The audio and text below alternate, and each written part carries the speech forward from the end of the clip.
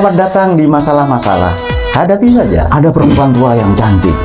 Cantik tapi tua datang dan dia bertutur tentang kebijaksanaan. Bahkan orang mengambil apapun dari kita tapi pikiran tidak bisa diambil.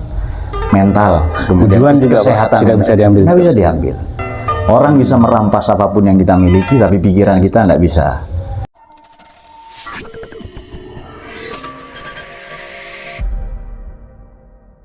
Salam sahabat ilmu, selamat datang berjumpa kembali di channel Ilmu Official. Alhamdulillah bersyukur pada malam hari ini saya diperkenankan oleh Bapak Ahmad Taufir Zuhri untuk diberikan waktunya untuk saya sibukkan. Karena memang seminggu yang lalu sebetulnya sudah kita jadwalkan di jamaah ini Pak, channel ilmu Pak. Jadi untuk bertanya, penasaran sebetulnya tentang kata-kata yang biasa kita gunakan, yaitu doakan kerjamu dan kerjakan doamu. Tapi sebelum bertanya tentang apa sebetulnya latar belakang kok muncul kata-kata itu, yang ingin saya tanyakan hari ini adalah masalah hidup. Jadi kan hidup ini kan banyak persoalan, tekanan, dan segala macam. Kalau jenengan sendiri melihat masalah dalam hidup itu seperti apa? Baik, terima kasih. Assalamualaikum warahmatullahi wabarakatuh. Waalaikumsalam warahmatullahi wabarakatuh. Matur nuwun Mas Faisal sudah saya diperkenankan silaturahmi dan salam jumpa kepada sahabat-sahabat channel ilmu yang istimewa. Baik, hidup ini sebenarnya merayakan kemanusiaan, dan karena manusia ini ia terbentuk dari jasmani dan rohani, maka manusia ini separuh atau setengah darinya adalah ada unsur langit dan setengah darinya ada unsur bumi. Setengah darinya manusia ini ada sisi ketuhanan, setengah darinya ada sisi kemanusiaan atau kebinatangan. Dan itu lazim terjadi. Oleh karena itu hidup manusia akan terus diramaikan oleh itu. Akan diramaikan oleh sifat-sifat binatang yang saling menerkam, mencaplok, merampas satu sama lain, ya itu binatang. Tetapi pada saat yang sama kita juga ada unsur-unsur langit, ada unsur-unsur ketuhanan dalam diri kita, dan ini ditandai dengan kasih sayang, merayakan kemerdekaan, kebebasan, memberi ruang bagi lahirnya saran dan kritik, memberi tanggapan atau respon yang positif terhadap kehidupan. Sekacau atau serumit apapun, kita tetap merayakannya sebagai inilah hidup yang harus kita rayakan, kita jalani dengan riang gembira. Artinya menerima gitu. Menerima. Ada ungkapan Latin yang bagus untuk itu, yakni amor fati, love your faith, atau love your faith. Faith ini bukan faith iman ya, tapi faith takdir. Cintai takdirmu. Ada hal-hal dalam hidup ini yang tidak bisa kita merubahnya. Maaf, ada hal-hal dalam hidup ini yang kita tidak bisa mengubahnya, yang tidak bisa kita ubah. Maka biarkan saja, tanpa kita perlu mengubahnya. Nah, ini menarik dalam mencintai takdir, Pak. Kadang kan kita sering nggak menerima, misalnya tekanan ekonomi, terus juga masuk agak ragu bilang ekonomi. Masalah, iya, ini tekanan banyak orang sepertinya, Pak. Dan rame-rame pinjol, pinjol gitu. Galbay. Galbay. Baru tahu kosakata itu. Baik, terus. Nah, itu apakah perlu menyalahkan atau siapa yang perlu disalahkan? Terus apakah harus lari ke Tuhan? Ini banyak macam-macam pertanyaan. Itu bagaimana cara mencerahkan itu? Baik, ada kisah kuno ya. Jadi seorang penerjemah, seorang cendekiawan intelektual di zaman Romawi namanya Boethius. Ini hidup di zaman Kaisar atau Raja Theodoric. Dia mempelajari filsafat sejak usia 9 tahun sampai 40 tahun. Lama sekali, lebih kurang 31 tahun. Tetapi Boethius ini begini. Terkenal, kemudian punya reputasi yang baik, punya pernikahan istimewa, kaya raya, perpustakaannya besar dan banyak koleksi bukunya. Dia hidup mewah, lahir dari keluarga aristokrat, kemudian dengan pendidikan terbaik, dan waktu itu hanya hanya 4-5 orang yang sungguh-sungguh menguasai bahasa Yunani dan menerjemahkannya ke dalam bahasa Latin, dan Boethius adalah salah satunya. Maka ia adalah menguasai nyaris semua kantor-kantor hebat yang berada di Roma. Tapi pada suatu pagi, lebih tepatnya dini hari, pada tahun 523 Masehi, tiba-tiba pintunya digedor-gedor oleh pasukan atau utusan Boethius. Pasukan Theodoric menggedor rumahnya Boethius ini. Dia dianggap terlibat dalam konspirasi pembunuhan kaisar atau raja, maka dia dihukum mati. Nah, selama setahun di penjara inilah dia, sebelum dihukum mati, dia menulis buku judulnya The Consolation of Philosophy atau Filsafat Pelipur Lara. Mungkin kalau pernah nonton film James Bond tahun 2006 atau 2008 ada Quantum of Solace ya. Jadi Consolation of Philosophy adalah filsafat pelipur lara. Bagus sekali. Nah, saya akan mencoba merangkum buku ini ya. Sehubungan dengan menjawab ini. Karena ini yang kan channel ilmu ini. Channel ilmu. Harus bicara ilmu. Oke, baik Pak. Nah, nanti beberapa rangkuman dari yang saya sampaikan itu Anda bisa dapati di buku ini di ya. Filsafat Bentuk Malas. Ini sudah cetakan ke-5 atau ke-6 ya. Apa juga terinspirasi dari cerita tadi Pak, menulis buku ini? Salah satunya supaya kita punya pertahanan mental yang baik menghadapi hidup ini, agar kita tidak lupa bahagia ya. Baik, jadi begini. Nah, sebelum dihukum mati, menurut Boethius itu begini. Ada perempuan tua yang cantik tapi tua datang, dan dia bertutur tentang kebijaksanaan, dan perempuan tua yang datang terlambat itu namanya filsafat. Maka dia menulis sebelum selesai. belum dengan perempuan sudah belum. Jadi dalam Consolation of Philosophy ini, chapter pertama, bagian pertama dalam buku ini, saya punya versi bahasa Inggris ya. Saya hanya tidak bisa bahasa Latin, tapi saya sudah punya yang e-book yang dalam bahasa Latin ya. Karena ya ini anak-anak muda ini harus senang baca buku ya, biar keren lah ya, biar otaknya itu isinya yang bagus-bagus. Oke. Baik, yang pertama adalah amor fati atau love your faith ya, love your faith yang tadi saya katakan itu. Tapi ini bukan satu pandangan atau filsafat hidup yang bercorak fatalistik atau fatalisme, yang semua terserah Tuhan, atau dalam literatur Islam disebut Jabariyah. Tidak, Al-Majbur kan terpenjara, maknanya tidak. Tapi cintailah sesuatu yang tidak bisa kau merubahnya, yang kau tidak bisa mengubahnya, maka berdamailah dengan badai. Maka nikmatilah momen itu, rayakan dengan riang gembira.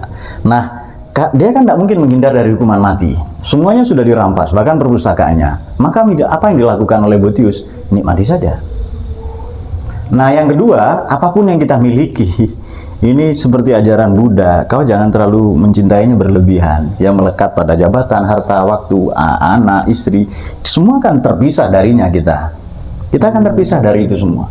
Momentum, popularitas ya. Kita akan terpisah dengan itu semua, maka jangan terlalu mencintai.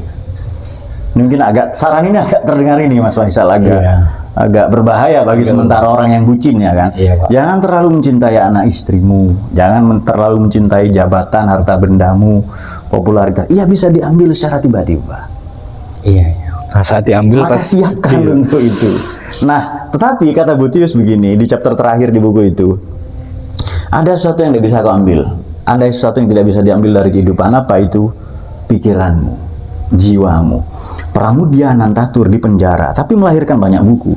Jiwanya bebas, pikirannya bebas. Bung Hatta, Bung Karno, Syahrir, itu semua orang buangan semua. Para bapak republik ini, juga Tan Malaka, itu semua orang-orang buangan, orang-orang yang diasingkan di penjara. Bahkan Tan Malaka separuh hidupnya itu berkeliling dunia, minggat dari tempat ya, ke Filipina ya, di Mindanao, kemudian ke Eropa ya, ke Belanda, ke Singapura, di Cina, banyak tempat yang beliau singgahi itu, dan berganti-ganti nama dan berganti-ganti profesi atau pekerjaan. Tapi tujuannya apa? Di Republik Indonesia, menuju ke Republik Indonesia merdeka, itu tujuannya. Jadi sebenarnya ada momen-momen yang ya silahkan orang mengambil apapun dari kita, tapi pikiran tidak bisa diambil, mental, kemudian tujuan juga kesehatan tidak bisa diambil. Nggak bisa diambil. Orang bisa merampas apapun yang kita miliki, tapi pikiran kita tidak bisa, jiwa kita tidak bisa mereka rampas. Nah, oleh karena itu fokus kepada sesuatu yang bisa kita rubah. Ini sudah masuk di sini juga disinggung Malas ya. Ajaran Stoa ya. Jadi Stoa ini sudah hidup 4 abad sebelum Masehi. Pendirinya adalah seorang nabi bernama Zeno. Kemudian nanti ada seorang raja yang juga mengikutinya, yakni Marcus Aurelius. Kemudian seorang Buddha, Epictetus, dan seorang miliarder namanya Lucius Annaeus Seneca. Nah, nama-nama ini semua yang apa ya? Yang mengajarkan satu piranti mental, software mental software mental ya ke dalam diri kita agar kita menghadapi kenyataan dengan santai. Nah, sekarang begini misalnya ya, kalau dalam literatur Islam itu ada firman Tuhan bunyinya watilkal ayyamu nudawiluha bainan nas. Demikian hari-hari kemenangan, kejayaan dipertukarkan, dipergilirkan oleh Tuhan. Apa yang kita miliki sekarang? Jabatan. Tadinya kita nggak punya. Iya. Maka kalau kita kehilangannya, kenapa harus sedih? Mungkin terdengar gampang secara retorika ini ya, tapi sebenarnya bisa. Kita hanya merubah mindset saja. Misalnya istri atau kecantikan, kita tadi nggak punya apa-apa kok. Lalu setelah kehilangannya, kenapa kita harus too overly holding on? Kenapa harus terlalu menggenggam? Kenapa tidak melepas saja? Nah, itu dia. Kemudian kita mencintai jabatan misalnya. Iya. Paling lama kan hanya 2 periode. Kalau nggak buru-buru ketangkep KPK. Kecuali punya orang dalam loh ya di KPK. Beda lagi cerita itu. Nah, artinya ini pola-pola yang siklikal, pola-pola yang ya lazim terjadi. Ini siklus yang normal sebenarnya. Iya. Quiet normal ya. Ini normal saja. Punya lalu nggak punya, lalu punya nggak punya lagi. Apa yang perlu disedihkan? Nah, kalau kita punya piranti ini mendukung kita untuk memiliki mental health ya, kesehatan mental yang baik. Siap. Nah itu untuk menjawab itu ya. Jadi buku itu saya sarankan. Jadi bisa membaca buku ini ya. Malas. Karena dugaan saya kalau Gen Z ini, Mas Faisal ya, langsung sodorkan buku tadi, nggak akan dibaca. Ceritakan saja Pak buku itu. Ya. Tapi gini Pak, panjenengan kan menghadapi banyak segmentasi masyarakat. Ya. Tadi emak-emak saya hadapi di sini. Iya, tadi sore emak-emak. Nah, di channel ilmu itu ada mama juga banyak Pak. Juga ada bapak-bapak. Yang sering terperangkap pinjol juga tadi ya. Nah, bisa nggak menyederhanakan kira-kira kalau kena tekanan. Ini dia. Masalah. Saya bacakan di buku ini halaman di buku Filsafat untuk Malas ya. Iya, Pak. Bestseller. Halaman 43 di Philo Easy. Ini ada pembahasan judulnya Plato, Doksa dan Internet ya. Baik, ini ada quote-nya di sini teman-teman, ada quote-nya, ada percakapannya. Nah, ini dia ada quote-nya ini. Saya bacakan. Dibacakan ya. Jika tujuan hidup Anda adalah menghindari masalah, maka Anda salah memilih planet bumi untuk Anda tinggali. Nah, kalau Anda mengisi formulir untuk tinggal di bumi, pasti punya masalah. Welcome to the problems. Ya, selamat datang di masalah-masalah. Hadapi saja. Ya, tapi ada jenis manusia yang begini Mas Faisal, ada yang run, ada hit or run, ada yang hit menghadapi, ada yang lari dari masalah. Sebenarnya kalau kita lari dari masalah, kita sedang memasuki masalah yang lain yang jauh lebih pelik. Hadapi saja, berusaha selesaikan. Terima dulu, selesaikan gitu Pak. Sama dengan begini, ini kalau sekarang bilang gendut itu katanya body shaming, ya kan? Iya, body shaming. Lalu kita ganti saja bahasanya obesitas. Kita kelebihan berat badan. Bagaimana cara mengubah, menurunkan kelebihan berat badan saya? Terima dulu fakta bahwa saya kelebihan berat badan. Saya gendut, terima fakta itu. Dan jangan tersinggung. Baru nanti ada upaya untuk mengubahnya, memperbaikinya. Saya mau berobat ke dokter, ya keluhan sakit apa? Sakit mata. Terima dulu fakta bahwa saya sakit mata. Baru nanti tahap kedua adalah, step keduanya adalah kita mengubahnya. Nah, kita kan tidak mau, sulit kan menerima. Bodoh, dibilang bodoh tersinggung, padahal memang bodoh. Iya, betul. Nah, kau flexing, foya-foya hidupmu, kenapa kau tidak hemat, menabung dan lain-lain ya kan? Kalau soal identifikasi masalah, dulu kalau nggak pas saya ngaji ke panjenengan pernah bilang begini, kalau lantai kamu kotor maka sapu, tapi kalau kotor tiap hari maka cek barangkali ada yang bocor. Nah, siapa tahu ada celah-celah ekonomi yang bocor itu ya, sehingga gitu, kira-kira menyebabkan mental health itu. Ya, ini sahabat ilmu ini ada paragraf. Ada quote-quote. Paragraf. Oke, silakan. Hidup tanpa masalah barangkali harapan setiap orang. Tapi kata jenengan tadi, kalau tujuannya adalah menghindari masalah, maka kita sudah salah planet ya Pak. Salah planet. Terus di sini teman-teman ini harus beli dulu lah. Kalau menurut saya beli dulu. Nih, nanti tak tag di ini dari Gramedia langsung ya teman-teman ya. Karena kalau sama beliau ini nggak cukup waktunya kalau menjelaskan ini semua. Baik ya. Nah ini kalau masalah gini Pak, defisit wajah, tuna pustaka dan segala macam ini apa namanya gendut tadi itu Pak. Itu sebetulnya masalah itu karena kita sendiri yang menciptakan atau penyebabnya dari diri kita atau memang dari Tuhan gitu. Oke, jadi begini. Kita tidak bisa menolak fakta misalnya matahari terbit dari timur. Ya. Sama dengan begini, yang dihadapi oleh Boethius, dia kan populer. Dia tangan kanannya Raja Theodoric ya. Begitu dia dituduh terlibat konspirasi untuk membunuh sang kaisar, apa yang dilakukan? 1 tahun itulah yang dipelajari dari umur 9 sampai 40 tahun, berarti kan 31 tahun dia belajar filsafat. Hanya tahun terakhir beliau baru mengalami filsafat itu. Makanya filsafat dianggap sosok tua, kan tua kan hampir mati. Tua yang datang terlambat gitu, filsafat datang, tapi mengajarkan satu hal untuk menerima keadaan itu dan merayakannya dengan riang gembira. Makanya di bahagian pertama di buku itu ada ungkapan populer ya, di buku Consolation of Philosophy, filsafat pelipur lara itu dikatakan bahwa amor fati, love your fate, cintai takdirmu. Tidak hanya terima, cintai. Nah, jadi kalau ada masalah malah disyukuri maksudnya. Karena hanya dengan itu kita tumbuh dewasa, berkembang. Masya Allah, ya. Dan pada saat yang sama dalam satu tarikan nafas kita dengan masalah itu kita menjadi dewasa dan bijaksana. Ada ujar-ujar begini Mas Faisal ya. Jadi misalnya saya berbuat salah, saya mengaku iya saya salah, saya mau perbaiki ini semua. Yang saya lakukan itu adalah kebenaran. Saya mengakui saya salah, saya mau perbaiki. Misalnya Anda dirugikan oleh saya mau ganti. Itu saya melakukan kebenaran. Tapi kalau yang saya lakukan ini belum tentu salah, tapi saya mengalah demi terciptanya tatanan yang damai, itu yang saya lakukan adalah kebijaksanaan. It's wisdom. Saya nggak apa-apa saya mengalah. Yang penting ini kita tidak tukaran, tidak berantem, tidak ada apa namanya disintegrasi, tidak ada perpecahan dan lain-lain. Tapi ini dia, kita benar, disalahkan tiap hari, dicaci maki, dihardik, dan tetap bertahan. Itu bukan lagi benar dan bijaksana, itu namanya suami. Nah, itu benteng mental itu. Iya betul. Nah, itu yang saya kira yang dilakukan oleh Boethius ya. Dan dia seorang penganut stoik, stoa terakhir ya, mazhab stoa yang terakhir. Kenapa? Iya ya, saya tidak bisa merubah fakta bahwa saya akan dihukum mati. Waktu itu dengan dihukum pancung ya, dengan pedang. Nanti bergeser di mana di Prancis dengan guillotine ya, dengan alat potong leher yang mekanis. Tapi sebelumnya dengan manual itu. Nah, Boethius ketika mau menghadapi kematian itu, saya tidak bisa mengubah ini semua. Maka saya terima, saya rayakan. Mereka bisa mengambil segala hal dari saya, tapi mereka tidak bisa ambil pikiran saya. Makanya peran karyanya banyak. Tan Malaka karyanya banyak. Meskipun dia di penjara, mereka tidak bisa ambil pikiran saya, jiwa saya.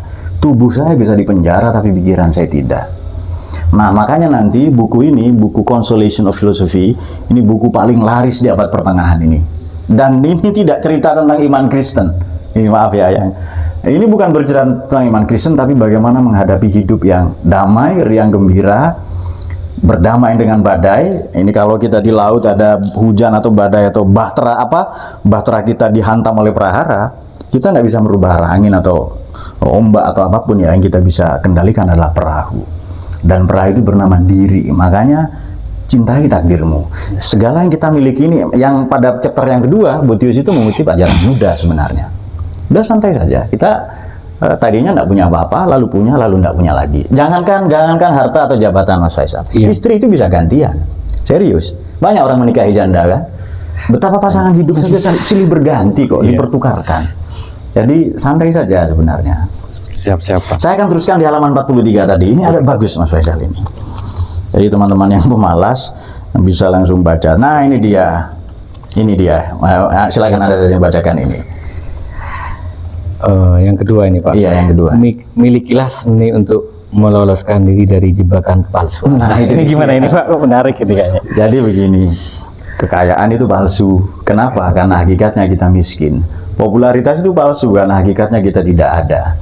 kemudian kejayaan, prestasi, pencapaian, itu semu, itu menipu. Yang asli kita bukan siapa-siapa. Dunia tidak pernah berhutang budi pada kita. Misalnya begini, dunia berhutang budi kepada Alexander Graham Bell karena menemukan telepon. Misalnya, Alexander Graham Bell itu kepleset ketika mau daftarkan karyanya kantor paten, ya kan? Kepleset atau kakinya terinjak kuda, nggak nyampe kantor paten. Dan telepon tetap harus ada. Kalau bukan Graham Bell, Graham yang lain, Graham Clarkson, Graham terserah, ya kan? Iya, betul. Nah, kenapa dunia harus berpusat ke kita dan dunia harus berutang budi pada kita? Jadi santai saja. Jadi misalnya begini, ya orang yang tidak manggil saya ustadz atau kiai, biarin saja, itu lebih enak menurut saya. Tidak beban lagi. Tidak ada beban, iya. Dan kita lebih happy ya. Baik, saya lanjutkan Pak ya. Okay. Kalau ini Pak, hidup bukan restoran cepat saji. Tidak ada diet yang instan di zaman ini. Di zaman mie instan ini.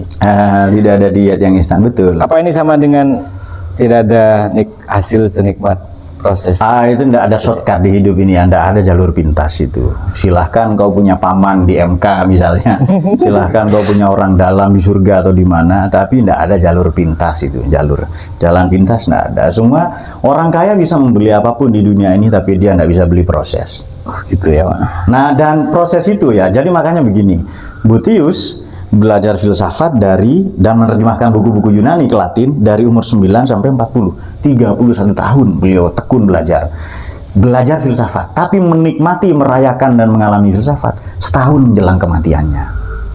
Jadi alangkah kerennya ya kalau pengetahuan ini kita mengalaminya. Sama dengan begini, Anda mau konsultasi ini, teman-teman Gen Z ini ya, mau konsultasi pernikahan. Iya, misalnya Pak. Kepada Imam Ghazali. Beliau tidak menikah. Pembahasan nikah panjang sekali di Revival of Religious Sciences itu ya. Tapi beliau tidak menikah dalam beberapa riwayat.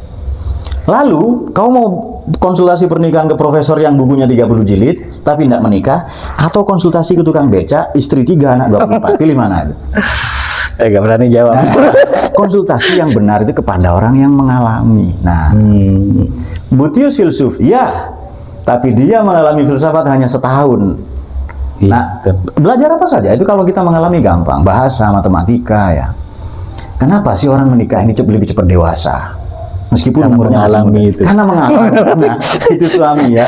Dia levelnya di atas kebenaran dan di atas kebijaksanaan. Ini menarik, saya lanjutkan Pak ya. Okay. Ini mungkin teman-teman suka ini, yang tentu yang lagi stres. Kenapa dalam hidup ini banyak cobaan? Kalau sedikit namanya cobain. Nah, itu dia. Ya memang harus banyak. Harus banyak. Dan rayakan saja, nikmati saja. Berdamai dengan badai itu. Ini Pak, mungkin ini saya langsung ke yang sebenarnya banyak teman-teman, cuma tak pilih yang ini. Hiruplah udara kejujuran dan oksigen tanggung jawab dengan lebih menghargai waktu. Nah, ini saya butuh saran ke saya kalau ini Pak. Hiruplah udara kejujuran dan oksigen tanggung jawab dengan lebih menghargai waktu. Itu bagaimana Pak sebetulnya jenengan nulis ini? Baik, ini kita akan sebutkan tokoh lagi. Tadi kan saya nyebut Marcus Aurelius itu raja yang stoik, kaisar yang stoik. Kemudian Epictetus ini Buddha yang stoik, pendirinya adalah Zeno ya, Zeno. Nah, ini ada satu lagi, ada orang seorang miliarder, orang kaya ini Taipan, namanya Lucius Annaeus Seneca. Saya punya bukunya, judulnya How to Die. Saya pernah membedah itu ya. Dalam bahasa Inggris juga itu, tapi sudah ada terjemahan ke bahasa Indonesia. Penerbitnya Gramedia juga kalau tidak salah. Baik, dikatakan begini. Ini kan beliau digergaji kakinya dalam keadaan hidup dan menikmati itu. Dicongkel matanya, dipotong tangannya. Kenapa bisa menikmati kematiannya? Kenapa? Kenapa tidak merasakan sakit ya? Sama dengan begini. Ada ungkapan Latin yang oleh Gen Z itu sering disalah mengerti, namanya passion. Wah, aduh, kerja ini ke komputer bukan passion saya nih. Passion itu maknanya menderita. Bukan itu menderita. Bukan menang, itu menderita. Karena akarnya dari bahasa Latin. Ini pentingnya kita belajar bahasa ya, sekilas ya. Jadi ini passion saya. Kau kalau rela menderita demi tujuan itu, itulah passionmu. Tapi kalau baru ditimpa apa sedikit mundur, nah, itu bukan passion. Itu ngapusi saja. Ngapusi ya. Nah, oleh karena itu menghirup udara kejujuran, oksigen ya, oksigen apa tadi? Oksigen ini Pak, apa namanya? Kearifan ya. Iya, bukan Pak, tanggung jawab. Oksigen tanggung jawab. Jadi begini, setiap kita adalah penanggung jawab bagi hidup kita. Jadi kita bertanggung jawab mula-mula ke diri kita, bukan ke orang lain. Setiap kita masing-masing ini adalah orang yang yang menanti perubahan-perubahan besar terhadap diri kita. Ada yang kita tunggu untuk berubah itu diri kita sendiri. Yang kita tunggu, siapa yang paling bertanggung jawab untuk hidup kita? Ya kita sendiri. Maka di sini ada ungkapan yang populer ya, ada ujar-ujar di buku Filsafat untuk Pemalas ini, bukan tugas orang lain untuk mencintai Anda, tapi tugasmu sendiri. Yang paling bertanggung jawab untuk menghormati, menjalani hidup Anda, ya Anda sendiri. Kenapa harus nunggu orang lain? Maka kita santai, nggak usah nunggu pemerintah untuk baik, nggak usah nunggu orang lain. Boethius itu kan kehilangan semua. Malah ini perpustakaan beliau ini 2 rumah. Jadi beliau membeli 2 rumah, Boethius tadi itu. Jadi begini, dulu saya belajar filsafat itu kan tematik kan. Jadi berdasarkan ini tema ini ya, abad pertengahan buku apa paling laris, maka itu saya pelajari. Oh, ini temanya adalah tema tentang mental health. Jadi kalau kita bicara ini Mas Faisal, kita sebenarnya mundur 2400 tahun yang lalu. Sebetulnya iya. Jadi sangat makanya bukan update akhir-akhir ini, bukan, memang dari dulu. Bacalah buku-buku kuno. Kalau konteks zamannya, kalau konteksnya masih ada kita dapati di hari ini, zaman tidak berubah. Berarti tidak banyak berubah, hanya covernya saja. Berarti masalah itu sebenarnya sama, Pak ya, maksudnya hanya mengulang saja, hanya perulangan saja dan berganti cover saja. Meskipun orang di 2000 tahun yang lalu sama. Ya, ini orang yang dirampas segala sesuatunya ya. Dia kan pernikahannya hebat, lahir dari keluarga aristokrat, dididik dengan baik, sekolahnya yang terbaik. Orang tidak punya akses ke bahasa Yunani, ke filsafat Yunani, dia punya. Betul kan, hebat sekali. Jadi orang tidak punya akses ke filsafat, kita belajar filsafat, ini kan keren sekali. Nah, tapi di tahun 523 subuh atau dini hari, tiba-tiba tentara utusan Theodoric ini menggedor-gedor pintunya, merampas semuanya, bahkan perpustakaannya dibakar, pakaiannya dilucuti, semuanya diambil. Semuanya diambil. Yang tersisa padanya hanya dirinya sendiri. Maka dia katakan ini setahun ini seorang perempuan tua yang cantik itu datang, dan itu namanya filsafat itu. Maka dia nulis buku Consolation, The Consolation of Philosophy, filsafat pelipur lara. Itu keren sekali begitu.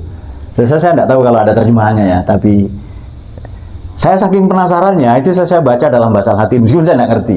Tapi beberapa saya cocokkan dengan yang terjemahan bahasa Inggris ya. Dan itu bagus. Di sana kita mendengar istilah amor fati, cintai takdirmu. Nah itu dia. Luar biasa podcast hari ini, saya dredeg juga terus. Oke. Emang ini pembahasannya langit bagi kita ini. Ini bahasan biasa, jadi pembahasan kuno ya kan.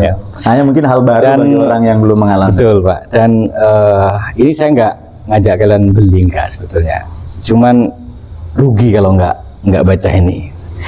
Ini ya filsafat untuk pemalas. Jadi buat teman-teman di channel Ilmu Official, semua pengikut dan yang biasa komen tuh silakan bisa datang ke Gramedia. Ini yang kita bahas itu baru beberapa sesi aja Pak. Sebenarnya banyak sekali masalah-masalah yang kalau kita baca ini mungkin setidaknya seolah-olah kita menjumpai diri sendiri. Dan berjabat tangan dengan diri sendiri. Baik, untuk pungkas nih Pak, yang terakhir. Yang kita penasaran soal ini Pak. Oh ini dia. Kerjamu, kerjakan. Ini sebenarnya judul buku. Ini judul ngaji 5 tahun yang lalu jadi buku, dan bukunya belum selesai sampai sekarang karena saya harus selesaikan buku-buku yang lain. Yang buat saya sini gimana cara menemukan kata-kata itu loh. Ya belajar gitu. Oke, jadi begini. Ya, maksudnya latar belakang mungkin ada konteks dan macam-macam loh. Jadi tidak satupun kan hidup ini harus ada kegiatan, harus bekerja. Manusia itu dinamis, jangan berhenti. Jadi ada orang yang miskin dan lari ke agama. Itu dikritik oleh Ludwig Andreas Feuerbach. Itu gurunya Karl Marx ya, Karl Heinrich Marx. Jadi Feuerbach ini menulis buku bagus sekali, Das Wesen das Christentum atau The Essence of Christianity. Intisari ajaran agama Kristen. Jadi kata Feuerbach ini begini, sebenarnya di wayang, di kehidupan mitologi-mitologi di Aztec, di Maya, di Inca ya, di Peru itu, kemudian di Jawa ada semua itu. Di pewayangan kita ada semua itu. Jadi dikatakan begini, iya ya, sebenarnya hakikat Tuhan itu, hakikat teologi adalah antropologi. Tuhan itu ya manusia ini.